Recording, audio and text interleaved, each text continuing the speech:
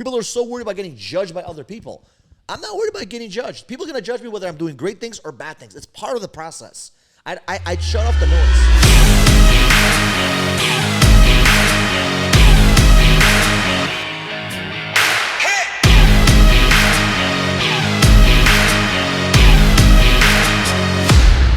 I'm learning about me because I'm teaching. I'm reminding my mind, okay, who I am, what I'm about.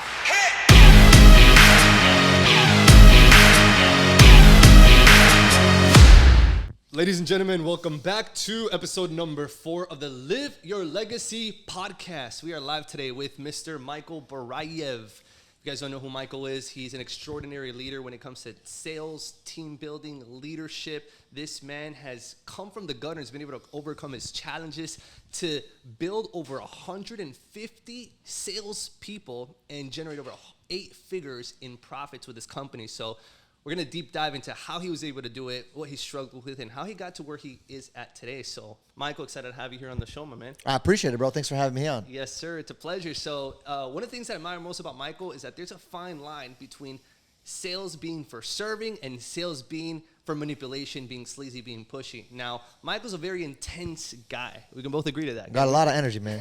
I'm excited about life. Very passionate, very intense.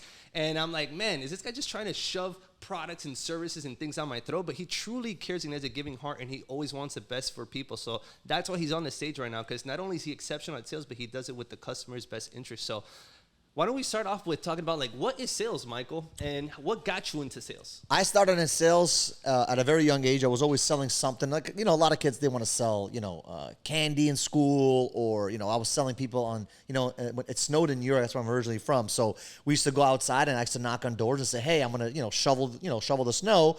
And I would get like $100 and I would hire my brothers, I would hire my neighbors, and they started working together. So I always had this entrepreneurial spirit to always be in sales. But my first real sales gig really kicked in when I was 17 years old. I would say 18. I was started working in Diamond District in 47th Street between 5th and 6th Avenue, and I hated it. But that was the only job that I can actually get because nobody wanted to hire me at that age, right? Wow. So for me, it was very I just had to wake up in the morning, show up to the 47th Street, and in the streets, I'm just looking for customers. They used to call me a hawk. So that was my title of my job. I was a hawk. I used to look for customers that used to, either want to sell their gold, sell their jewelry, sell their diamonds, buy something. So I would get them, bring them into a store, and that's how I kind of started my sales career. Wow. So it was unexpected. It kind of just fell in your lap. Everything in my life, I never really had, except maybe 1 or 2 offers in my life, like later on. But in the early stages of my life, I really never really had an offer to work. Like, it was so hard for me to get a regular job. Like, I remember Burger King, McDonald's, Nike, Reebok. All these different stores, all the malls, they wouldn't hire me. They just didn't think that I would be a good fit for their culture, for their company, or whatever. So I just kind of had to figure it out. I really didn't have that many offers laying around the table. And school was, I went to school for a little bit, but, growing up having, 8 schools kick me out and expel me, I wasn't the kid that you want to say, you know what, that's the guy I want to hire, Yeah. Wow, man, it's phenomenal how far you've been able to come since facing all that adversity in your childhood and traumas and the things that you had to overcome. I admire that about you, resilience and relentless. Now, let me ask you, when it comes to getting this job at sales, is it like, man, this is something that I excel at, this is something that I'm excited about, or this is something that I got to do to pay the bills and get it done? It wasn't really pay the bills. It was just, I just wanted out. I wanted out of the whole system of going to work, showing up to work, then finishing work at 5, 6 o'clock, and then doing that same thing over and over again. Like, to me, I just knew that wasn't the answer because I saw my mom and my dad struggle. Like, my mom and my dad, just to give a little background on my history a little bit, my mom and my dad came from former USSR, Russia, to America when I was 6 months old, right? Mm-hmm. They're in their early 20s, and my father was a doctor in other country. He comes here, he couldn't pass the exam because there was certain, steps that he needed to take. They didn't allow him, right? So my father fell into deep depression. My mom went into deep depression. So they're literally killing each other at home with domestic violence. So me growing up in that kind of environment until they divorced finally at 13 and a half, 14 years old, it was a nightmare, right? I was going to hospitals. I was going to, I was getting kicked out of schools. I was getting, arrested multiple times. The cops knew my name by the number of my building. Like, it wasn't a fun environment. Then at 15 years old, 16 years old, I ended up getting arrested and going into foster care system because they said, hey, your mom is not a good fit to manage you as a son at home. So they took us away. They put us in the foster care system. That was a very excruciating time in my life. It was a very challenging, I would say lifestyle, so to say. Like, it was just not a good life. From 0 to 19, I always say that my life was chaos. Wow. Chaos, drama, police, chaos, chaos, chaos, trauma, trauma. So what ended up happening at 19 when I met a mentor in my life, it literally changed my whole life, because without that mentor saying, hey, you don't have to be the victim, you could be the victor, without having that mindset instilled into my brain, nothing was going to change. So instead of me being the person that complained about my life and saying, you know what, it's up, it's my school's fault, it's the doctor's fault, it's this fault, my parents, you don't understand, all this bullshit, I had to take full responsibility. Yes, So you know what, yes, it's time to change your life. And for anyone that's watching this video, if you are going through a tough time, whether you're 30 years old or 50 years old or even 15, it doesn't matter. You have to sit down and say, okay, why am I in this situation? I chose for this to happen. Whether it's your conscious mind or your subconscious mind, but I attracted this into my life. Now you might say, Michael, how can you attract your mom and your dad, when you're a young kid, to go through domestic violence? I have no idea, but it happened. But I'm not going to sit there and complain and whine and bitch and moan. I'm going to say, you know what am I going to do to change my life? So I needed to start to change my thought process. That was number one. My thought process was shit. So my mentors had to take a lot of time to dig out all the bullshit mindsets and say, hey, think like this, then speak like this, then act like that. And as I started to do that, my habits started to change. And I always say this to everyone. You tell me, I don't need to know how you think, how you talk. I don't need none of that. Tell me tell me your top 5 habits that you have right now that you've been doing for the past, I would say 5 months, 6 months, 12 months, 18 months. That's who you're going to be in the next 5 years. Tell me your habits. I'll tell you who you are. It's very important, because most people, they don't have the right habits, and they wonder why 5 years goes by and their life is completely the same, right? Nothing changes because their habits don't change, right? So I needed to start working on the inner side of Michael Barayev, work on my thought process, work on my speech pattern, work on my actions in order to turn my habits into the habits that they need to become successful, quote unquote. Absolutely, man. That's spot on. That's why you're so good at leading and training people, because you had to build yourself from the ground up, from scratch. You literally had to change your whole entire life by changing almost every single thing that was wrong with you. You said, I'm not going to stick to this. I'm not going to be a victim. I'm not going to cry, bitch, moan, but I'm going to take ownership and responsibility to make a name for myself. So you'd consider yourself the black sheep of your family. I'm the black sheep of the world. That's how I look at it, right? Good. The black sheep of the world. Every single person is unique. Every single person is different. And what I've realized in the past decade of changing myself, reading books, and, I listen to, 40, 50, 60 books a year, right? I read, listen, I put a lot of content through my head on a daily basis, an hour or two of content every single day. And for me, what I've realized is that everybody's trying to be like somebody else. They're trying to be like whatever that person may be, whether it's Elon Musk, whether it's your Patrick David, whether it's Grant Cardone, whether it's whoever you respect and admire. What they don't realize is they're not trying to be like themselves. They're not trying to be the best version of themselves. I don't want to be like anybody. I was chasing that vision to get the respect of the people that I respected, and that was a false vision to chase. I needed to learn how to become the best 2.0 version of Michael Barayev, right? So when Michael Barayev is 80 years old, that's the version that I'm chasing, because I don't want that 80-year-old version to say, you know what, who the hell are you? I want him to say, wow, you, the 80-year-old version, and the newer version that's becoming Michael Barayev can sit down together and say, wow, you guys are twins, right? Because if I'm going to be a different, I know my perfect version, 80 years old, 90 years old, who knows when I'm going to die. But if that person does not relate with the person that I'm becoming, then that's a scary place for me. Congruency is key. Knowing who you want to become, who you need to become to get what you want to have, and then just working every single day towards becoming that person. Habits, decisions, choices, who you surround yourself with. So many different factors that we need to take into consideration to obtain that level of success. And the social pressures that people have because of Instagram, TikTok, YouTube, all these different social pressures make people go crazy. Like they have to have a nice car. Like they have, you want to hear something crazy? I don't have a nice car because I don't really go anywhere. Yeah. I have a truck that I have for my fiance, but I don't have a car. Yeah. Now I could get a Lamborghini tomorrow. I can get a Ferrari. I can get any of those cars. Now I was about to I was like, why am I getting this car in the first place? I was going to get it 2 years ago, 3 years ago. Like, why didn't I get it? Because I was like, wait a minute, I'm going to spend 250 grand for who? For what?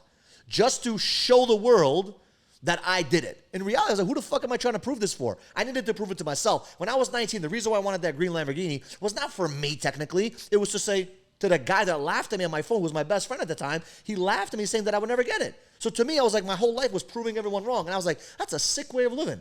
You're living your life to prove others wrong. Nothing wrong with that. That's what drives me. That's what drives people. I get it. But someday you have to say, you know what? I don't need to be driven by the negativity or the doubts of everyone else, right? I don't need that drive. I have to find a different drive that's healthier. Because if I'm going to sit there and try to prove everyone wrong all the time, I'm living a life, first of all, they don't care about me.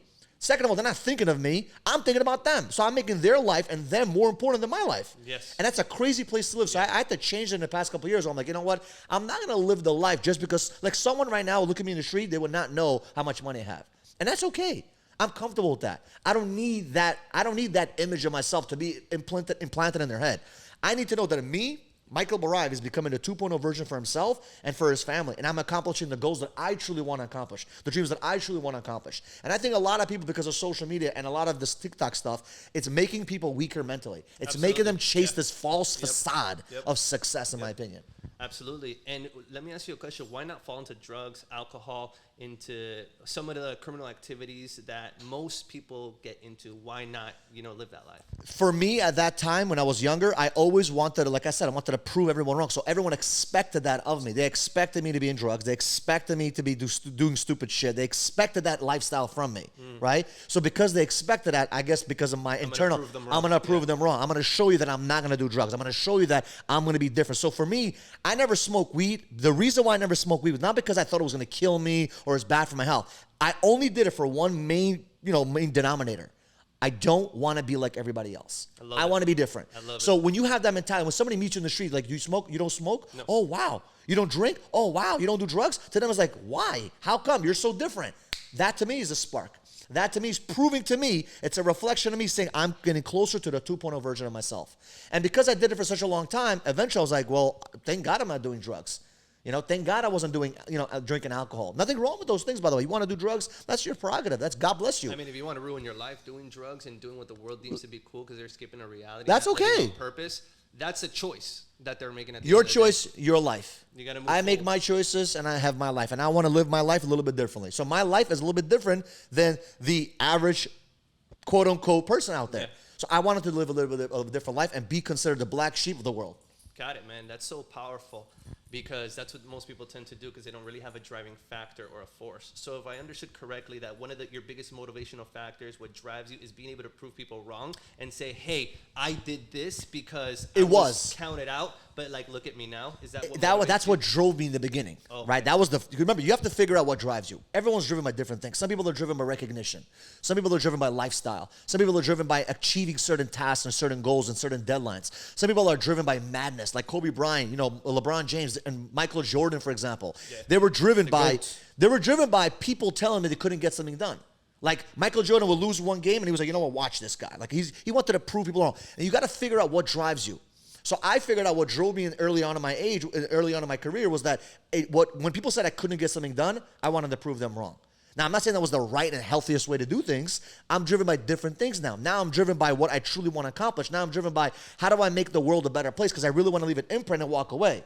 Like, you have this podcast called, it's the word legacy is not your podcast. I love that, because legacy is not about just, doing something for your children, but it's what are you doing for other people around you? Mm-hmm.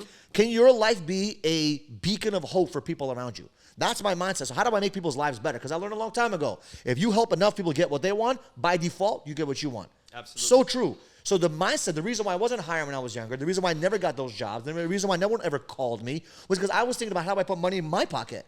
How do I get money to pay my bills? But the second I turn it around and say, you know what? How do I help people around me get their bills taken care of, get their life better? By default, money started to chase me. And it was like a cheat code. Help others around you, boom, by default, you get millions of dollars chasing you, right? So that's the philosophy. Now, why do you think someone is a billionaire? Like, what's the difference between a millionaire and a billionaire? I haven't reached the billions yet, but why? What's the difference? A millionaire helped a lot of people. A billionaire changed the world. Every billionaire changed the world somehow. Whether it's a product or a service or something that changed people's lives. Millions of people. So they just help more people. So that's the mindset, right? It's not about how much money you can take from people. It's how can I make a product or a service that people will say, I need this product. Like, for example, you have the iPhone, I have the Samsung, I need that Samsung. I cannot live without my phone. You cannot live without your iPhone. So somebody became a billionaire by doing that. So that's how we got to think a little bit. How do we make other people's lives better and stop thinking about ourselves all day? Like, how is it going to benefit me? Now, remember, when you're busted, when you're broke, you don't have money in the bank account, it's very difficult to have these amazing thoughts. You're thinking about, damn, how am I going to pay the bills today? I might lose my phone today. I might not be able to turn on the electricity tomorrow. And that's a challenge. So that's why I always say, that's why I got into sales, because sales helps you take care of the money problem really, really, really quick, stack up a couple of dollars, and then you can focus on other people. I love it, man. So you speak with so much intensity and energy and passion. I freaking love it. And you're completely aligned at your core with who you really are. You're authentic, you're transparent. You show up powerfully because you are who you are, right? It's either black, it's white. There's no gray area here.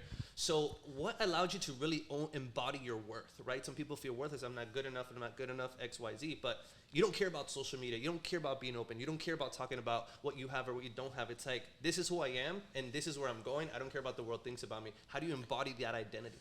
You have to first accept who you are. Like the first thing I had to do was I had to accept that Michael Barayev is Michael Barayev. Michael Barayev is not X, Y, and Z. So everyone's trying to be like somebody else. Everyone's trying to emulate and copy and do all these different things.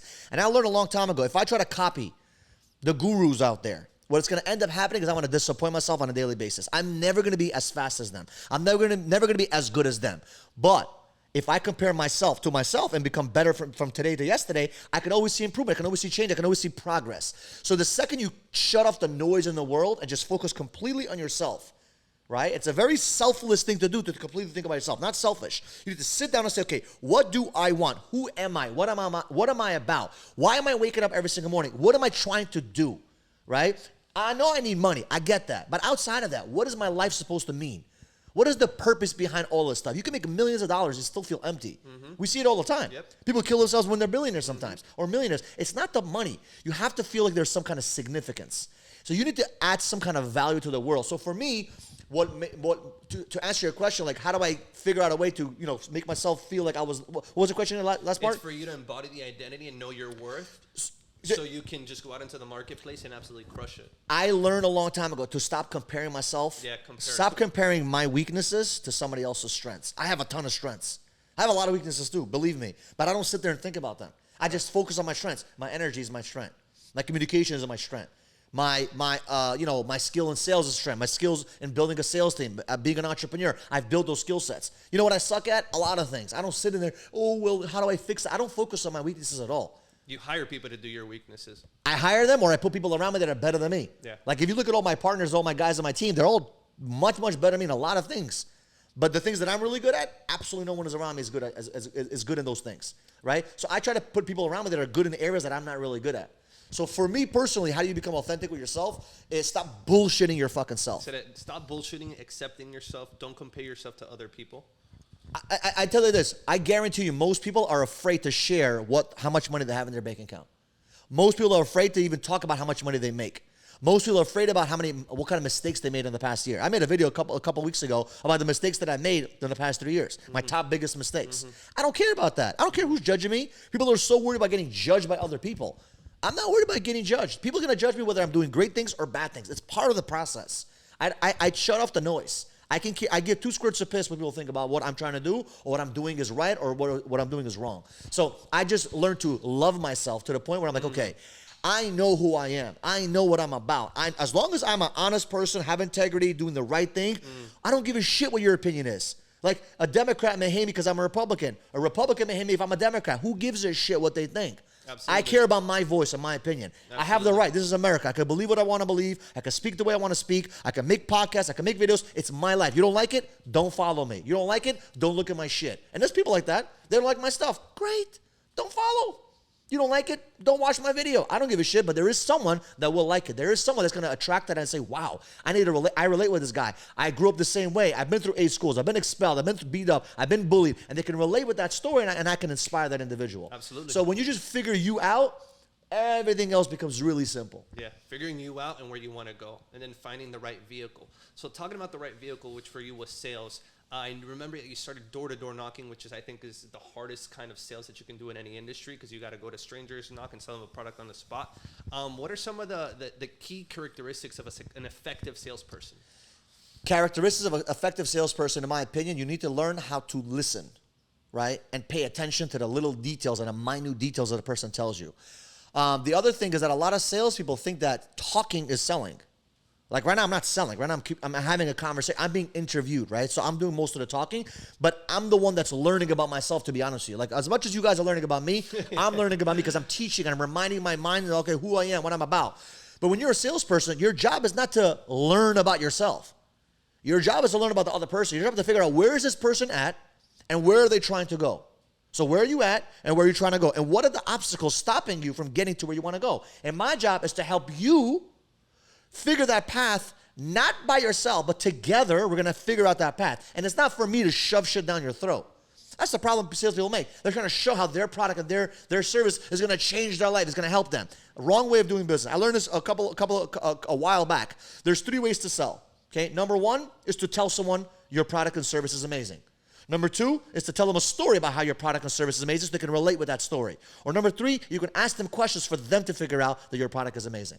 So I don't usually tell people anything about a product. I usually ask them questions throughout the whole process. So if you ever see me selling a product or service, I would say 75% of the conversation is them talking because I'm asking them questions and they're relaying the answers. So for example, let's say I'm selling, let's talk about solar because I'm really comfortable with selling solar, right? Okay.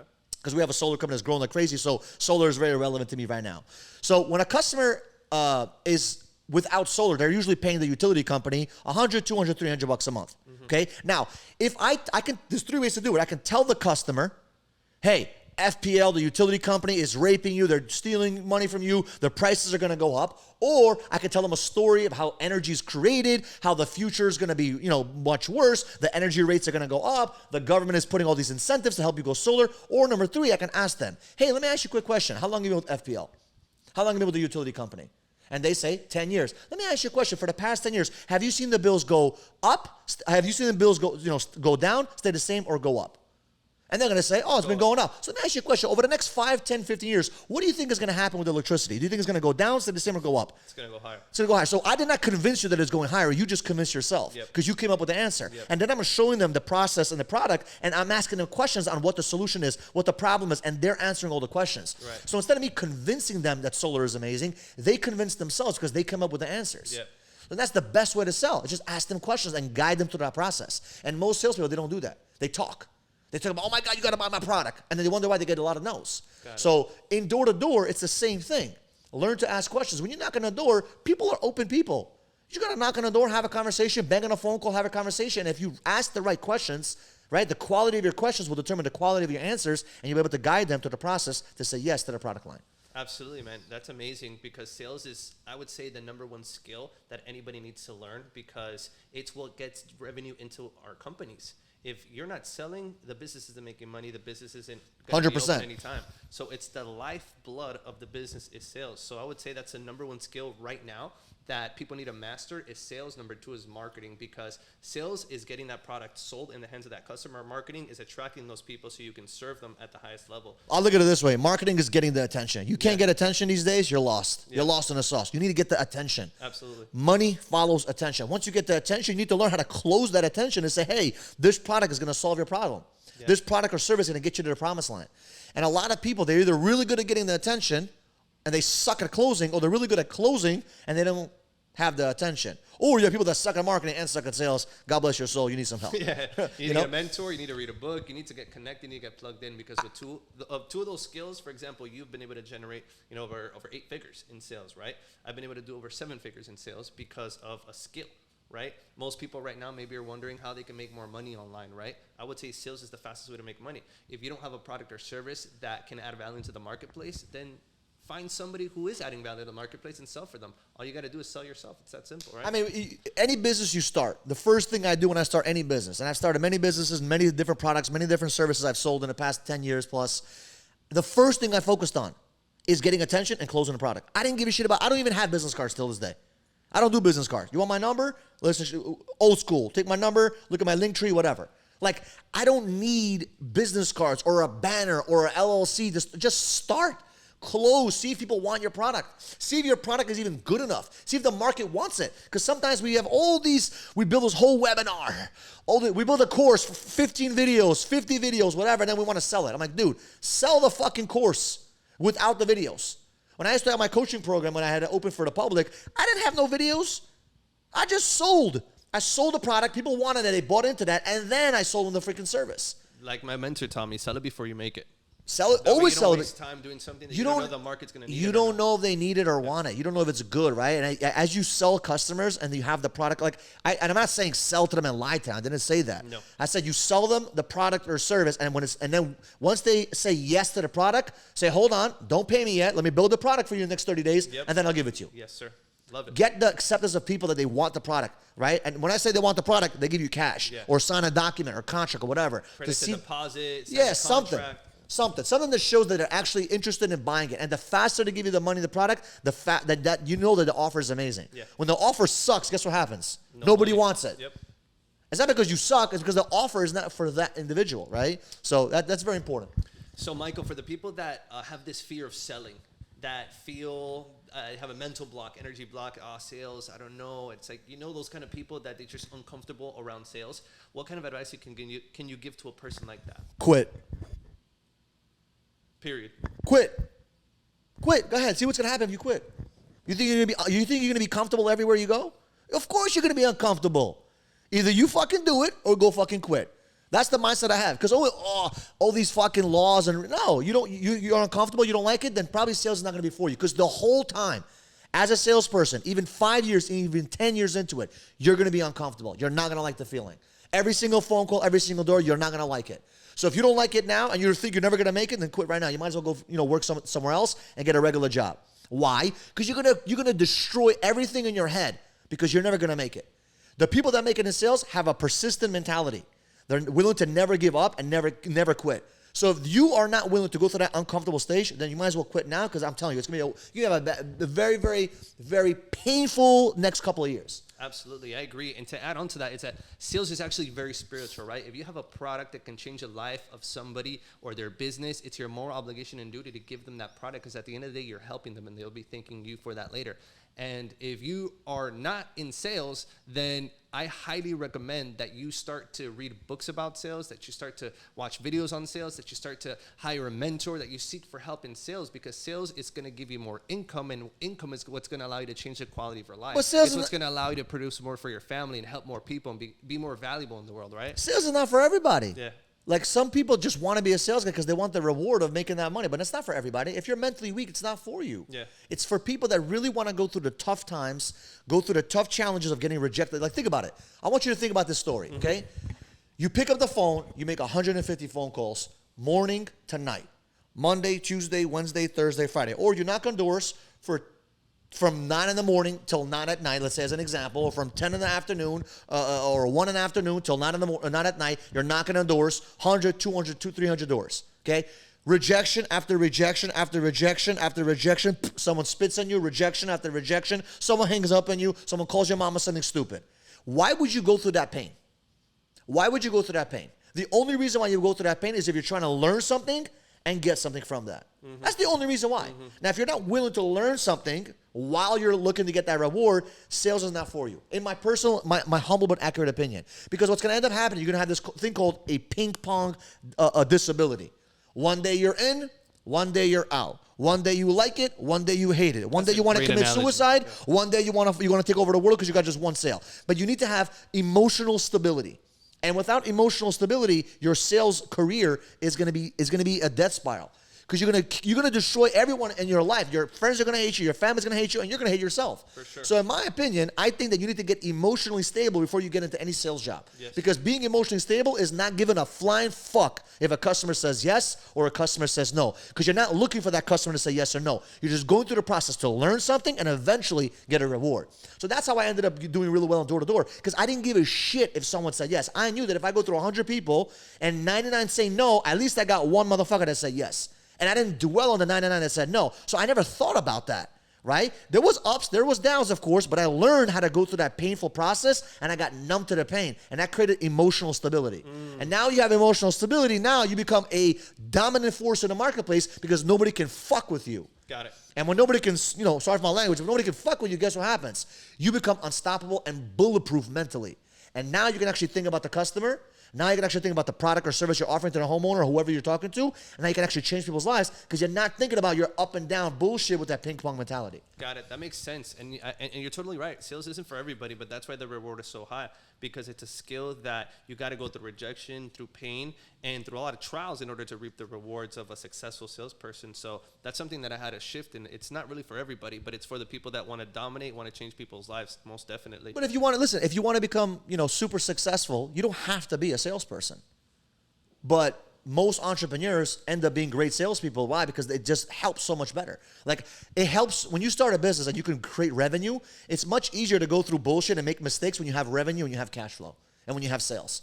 Like, if a company's not generating any sales and you're the only you're the entrepreneur, it's fucking painful. Because you can't pay the bills. For sure. But at least through the mistakes that I've made as building my businesses, at least I always had sales and I always had money coming in. I made a lot of mistakes financially. I made a lot of mistakes with people. But guess what? Because I had sales and I had revenue, I was able to make those mistakes and take those hits financially, but not take those hits in a drastic way where I had to go bankrupt, as an example, right? So sales is really going to help anybody. Got it, Michael. And you've sold over 8 figures. You have a decade of experience in the world of sales. Now you've also been able to build teams. There's one thing in excelling at sales, and there's something else is building salespeople. You've built over 150 salespeople. So what is the key to building a sales force? So when we had 150 guys working with us we were doing door to door. Right, so 150 employees. It was amazing. It was awesome. We had guys knocking on doors. We had guys in 2 different states, actually 3 states, New York, New Jersey, and Florida. And one of the things that I learned is that being a salesperson is one thing, but being a sales leader is a completely different mindset.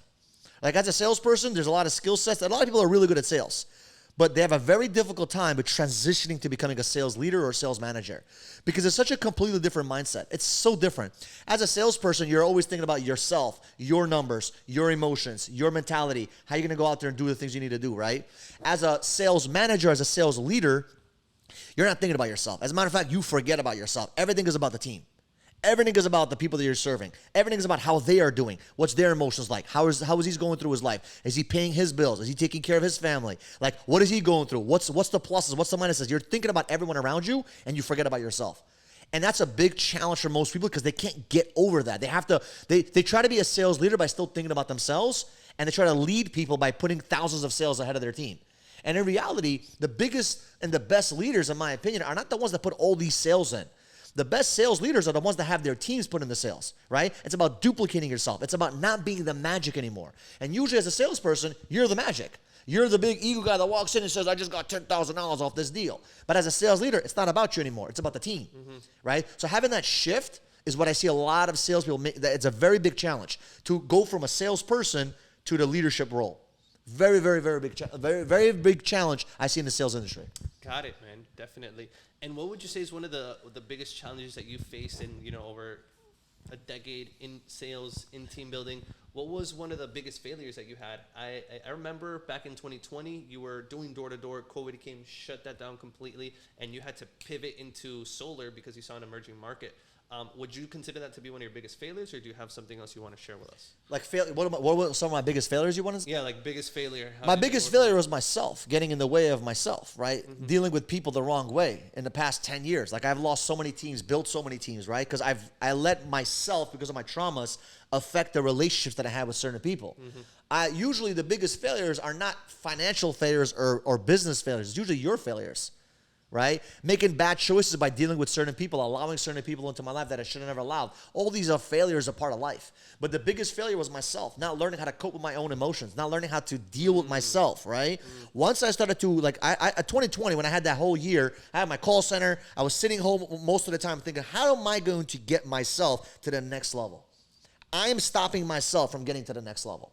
It has nothing to do with business and products and services. Like, if someone else has the same product or service and they're doing, let's say, 100 million, and I'm not, there's something wrong with me. Something I'm not doing right. Maybe I'm not pivoting right? And maybe I'm not, doing something I'm supposed to be doing, right? Or I'm doing something I shouldn't be doing, right? So I'm always self-aware and evaluating myself. How can I become a better me? How can I become a better person? So one of the things that I had to learn is to change my anger and channel it towards something more positive. Right? Learning to just let go of certain things. Learning how to build, leaders without that ego. Right? My ego was so big in 2017, 18, 19. And in 2021, 2022, 2023, I shifted that. I'm putting my ego to the side. There's still ego shit. There's still anger. But those are the 2 things that I say kind of destroyed a lot of the things I've been building in my entire life is anger and ego. Wow, that's deep. Well, thank you for sharing that, man. I think it's very important as a leader to just be an example. And I know that you have now 2 offices here in Brickell, is that correct? No, 1 office here, one in Hollywood. One in Hollywood, and you've been expanding exponentially, so that means you're doing a great job with your team. You've learned from your failures, from your mistakes, and you've been able to pick yourself up. get surrounded by the right mentors and right people to get you to the next level. So that will bring me to the next question. Is there somebody that you really aspire to be like, that has influenced you in a positive way, a mentor that you've had that played a pivotal role? Who's somebody that you look up to or you have worked with that has really taken you to that level? I mean, I've had a lot of mentors. I've had a lot of ghost mentors. I had a lot of mentors in New York. I had one mentor at 19. I won't say his name, but he changed my life in a positive way, right? And he basically took me from nobody and built me into who I needed to be to start believing in myself a little bit. I had another mentor in Virginia who was a very successful, a multi-level marketing guy, right? Millions and millions of dollars he was making a month, and he basically took me under his wing when he didn't have to teach me some of the basics that I needed to learn. And I learned a lot of like nuances from him, right? I've had a lot of mentors, and mentorship is extremely important. Right now, I'm not really in counsel with someone physically, because what happens is sometimes you outgrow your mentors, right? You start making, better choices than some of your mentors. So right now I'm seeking a mentor. I'm looking for someone that I can kind of say, you know what? This is the person I want to do business with. This is the person I want to learn from. But I learned a lot from my ghost mentors. I learned a long time ago. You don't need a physical mentor to sit by you all day, every day. Yeah. All you need is proximity, right? Whether it's through audios, through videos, through books. Because I think a lot of people watching this podcast may say, well, nobody wants to mentor me. I don't have money to be mentored. That's fine. You don't need a mentor to help you. Yeah. It's important to have a mentor, but you can have a ghost mentor. Yeah. Go study audio, podcast. Yeah, go to events. Go spend time. Proximity, I think, is what's needed, because when you start hanging out other people that are doing something that you want to do, it kind of makes you feel uncomfortable. That uncomfortable feeling says, you know what? You need to go create action. Yeah. Because by you staying home, trying to motivate yourself, it's not going to work. Yep. You need outside forces to remind you how you're fucking not doing your shit. Wake up. Go fucking perform. Go create action. When you watch a video, like, oh, shit, I made a mistake. I should have did this. I should have did that. When you read a book, you learn a lot about yourself. So there's a lot of personal development that needs to kick in. And I think everyone nowadays is doing personal development. Yeah. They're doing it. One book a year. That's not personal development. I'm sorry. Yeah. One YouTube video you watch for 6 months straight. That's not personal development. Yeah. Personal development is a intentional daily habit. It's intentional. You wake up, you have a habit of listening to a YouTube video, going through a course, listening to an audiobook, having a certain target of how many books you want to listen to by the end of the year, how many books you want to read by the end of the year. Like, I calculate how many books I read a month. Yeah. You have to do that. We're going to step into that. Before we do, I want to talk about how do you create culture, right? Because you have very high standards of excellence and in the way that you operate. So how do you create that kind of culture that keeps people motivated all? You live it. Live it. The way that I communicate on the podcast is the way that I live behind the camera, is the way I live at home, is the way I live in my office. Yeah, it's so true. I don't change. You are who you are wherever you go. It could be 12 p.m. at night, 4 in the morning. You are who you are at this intensity. I'm me. And a lot of people are trying to fake it. I see it all the time with their videos. They start changing their voice. I'm like, dude, what the fuck? Why are you trying to portray yourself to someone like, whoa, I don't get it. Yeah. So when I do my stories on my Instagram, when I'm in the office meeting, I mean, Matthew, you see me all the time. I'm the same motherfucker all the time. Yeah. In the streets, I'm the same. At home, I'm the same. Yeah, I can be a little bit tired. I can be a little hungry. That's a normal human being. But I'm me. Yeah. I don't need to, like, impress anybody. I'm already impressionable. The way I am, the way you are is already impressionable. Why do you need to change? Yeah. For what? Yeah. And if you're trying to change that voice, right, as an example, then maybe that's a sign. You're not excited about who you are, and you need to work into becoming that person that is excited on a daily basis. Yes, sir. Yes, sir. Yes, sir. So for me personally, just be the same motherfucker you are 24/7 and live it. Yes, that's how you create a culture. That way you don't have to pretend to be someone you're not. You are who you are. My guys, listen, the culture that we have in our office is the culture that, like, it's something you live by. It's not something you talk about. You don't walk into my office and talk about the culture. You listen, you pay attention, you feel it. Yeah. You're in the office all the time. It's driven by the leader of that group on what you're doing. So if you're the kind of guy, let's, for example, you want your guys to work hard, but you yourself don't work hard. You're in, you're out, you're traveling, you do this, you that. What's going to happen? You're talking about work ethic, but you're not showing that. Mm-hmm. I'll give you an example. When I went to India in February, okay, I travel a lot. I've earned the right to travel a lot. So for 10 fucking years, I didn't travel. But I was like, you know what? I want to hit 100 countries. So I've earned the right. And my team always was like, go, go, go, go, go. Because my work really requires me to be on my phone and my computer, right? So when I went to travel to India with one of my guys, I'm sitting, he's sleeping, right? Because the hours are different. It's 11, 12-hour difference, whatever it was. I'm sitting in the bathroom on my computer for 8 hours working. Because I'm just driven by work. I love it. I enjoy it. And people found out about that. Like, Michael was working in the bathroom, and they were shocked by that, right? Like, why are you working on vacation? And to me, honestly, I'd say this very simply. Me personally, if my guys are working, I need to be working harder than them. Mm-hmm. If my guys are hustling, I need to show them that I'm out improving, I'm out learning, I'm out strategizing, I'm outlasting everybody. Because I cannot be the guy that sits back like this, hoping that everyone does their job. And you might say, Michael, but there's you're a CEO, you shouldn't be doing that kind of work. It's okay. There's always fucking work to do. I'll fucking sweep the floors if I have to. I'm not saying that's the main priority for me, but if I need to for 5-10 minutes, I'll throw out the garbage. I don't give a shit. Yeah. I'm focused on a bigger picture, but damn, I'm not afraid to get dirty. I'm not afraid to do the work. Yeah. And a lot of people, I think, they want to portray the culture by talking about it. Mm-hmm. We are integrity. Okay, when was the last time you did something that was full of integrity? Yeah. Having integrity is easy when things are going good. Show me a time when things are like challenging. Like, for example, you have $1 million deal you got to make, and you know it's not a right deal. What would you tell the team? Yeah. Do it or don't do it? Don't do it. Some people say, nobody will know. Yeah. No, you motherfucker, you know. Yeah. That's integrity, doing the right thing when nobody's watching. When it's fucking tough. Mm-hmm. Doing it when it's tough. And I've said no to a lot of things. I've said yeses to a lot of things. Why? Because it fit the culture. So when you know exactly what you want your culture to be, you live it.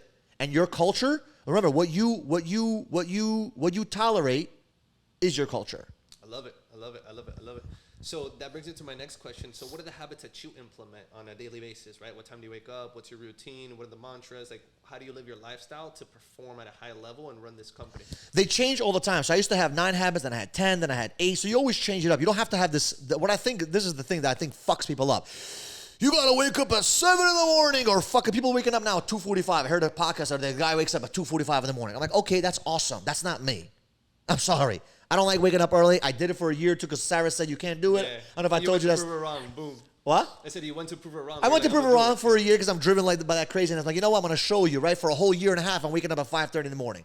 Then I went, I'm done with this shit because I'm not an early bird kind of guy. So lately I've been waking up at 7, 7:30, 8. I kind of wake up when my body tells me to wake up, right? I go to bed between 10 and 11. Mm-hmm. And when I wake up, and then I really start doing some of those habits that I believe that I need to do. And I change them every couple of months, every couple of years. And I don't like it when people have it. You have to do this. You have to meditate. No, make up those rules for yourself. What I think is important, and I can give them to you if you want, but it doesn't mean shit. I think if you say you're going to go to the gym 5 days a week, and you're going to say you're going to meditate, or if you say you're going to read your book for 15 minutes, whatever you make a promise to yourself about, better fucking do it. That's what needs to get done. It's not what these habits are. If you look at all the habits, everyone has different habits they have in the morning. Some billionaires love waking up early. Some billionaires love waking up late. Some of them are night owls. It all depends. It has nothing to do with those habits. What it does, what you need to focus on is the promises that you're making to yourself. Oof, so deep. So if you keep the promises you make with yourself on a daily basis, whatever that promise is, you will feel confident. You will feel much better. You're going to get closer to your goal because you're going to feel different. You're like, damn, I'm doing the right thing to get closer to my dream. Yes, it's not the actual fucking habit. Yeah. Right? Now, are there some good habits you should implement? Yeah, of course. Go to the gym, take care of your body, blah, blah, blah. But there's no specific routine that's going to guarantee you success. It's you making the promise and completing that promise to yourself. Nobody knows. You know. You look in the mirror, you say, yes, I love you, Michael. Thank God today we did it. Thank God today we did it. We did it. We did it. We did it. Add those up. Boom. You're a fucking monster. You're bulletproof, what I call. You're mentally bulletproof because nobody can fuck with you. Powerful. Powerful. Powerful. If there's one thing that I can say is that, man, you've been exceptional. And off the top of my head, I don't really have any more questions for you. If there's anything that you want to touch up on that maybe we didn't touch here, I'll give you an open floor. But other than that, man, we've talked about team building, culture, sales, your background, your story, how to get driven. I mean, we've touched almost every base. So you're watching this video for a reason. You're watching this video because you want to get something out of that video, right? You want to get some kind of value, some kind of benefit, something that's going to help you get closer to your dreams, to your goals. And the answer is very simple. You have the answers. Stop searching every freaking video, every single audiobook. You should improve yourself, grow yourself, get more knowledge. But at the end of the day, you have what it takes. All you got to do is just execute on what you know you needed to do. I'll give you guys an example.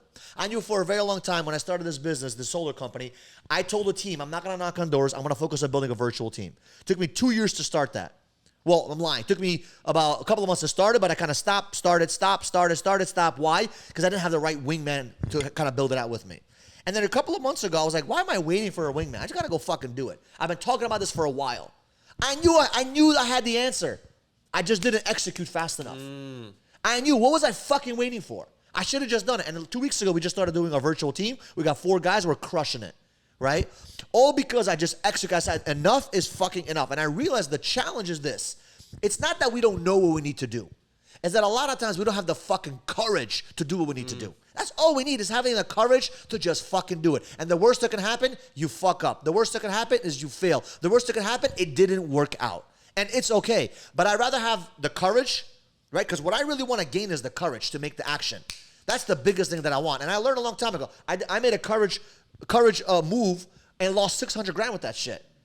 Right? It's okay. I lost 600 grand. That was a lot of fucking money at the time. It's still a lot of fucking money. But I made the fucking move, and I'm not even upset about losing the 600 grand. You know why? Because I made a courageous step. Yep. Because 6 years before that, I would have never made that courageous step. So for me, what I'm learning now, what I'm building on myself for now, is building that courage. Building that courage. I don't think sales is about making the right decisions. I don't think about being an entrepreneur is about making the right choices. I think it's about having bigger balls and making the actions, taking the necessary steps with the courageous mindset. And I guarantee you, once you have more courage, ball games. With that attitude, you can lose it all and then make it all again, right? You can't just be, but obviously if you have a lot of knowledge, right? That's why you educate yourself, you improve all this stuff. When you have all that information, you can make the right moves with the right courage, right? You're not just aimlessly throwing money everywhere or aimlessly making dumb decisions, right? You have to have the courage to do what you know you need to do. You know what you need to do. You know, we all do. Just go fucking do it. Period, man. Well, Michael, I appreciate you being on the podcast today. You've dropped some bombs and you've showed up courageously, powerfully, and I'm so glad that we were able to bring some fire for the people on here, man. Fire! So thankful for you, man, and what's to come with your team and your business, man. Thank you for being on the show today. Likewise.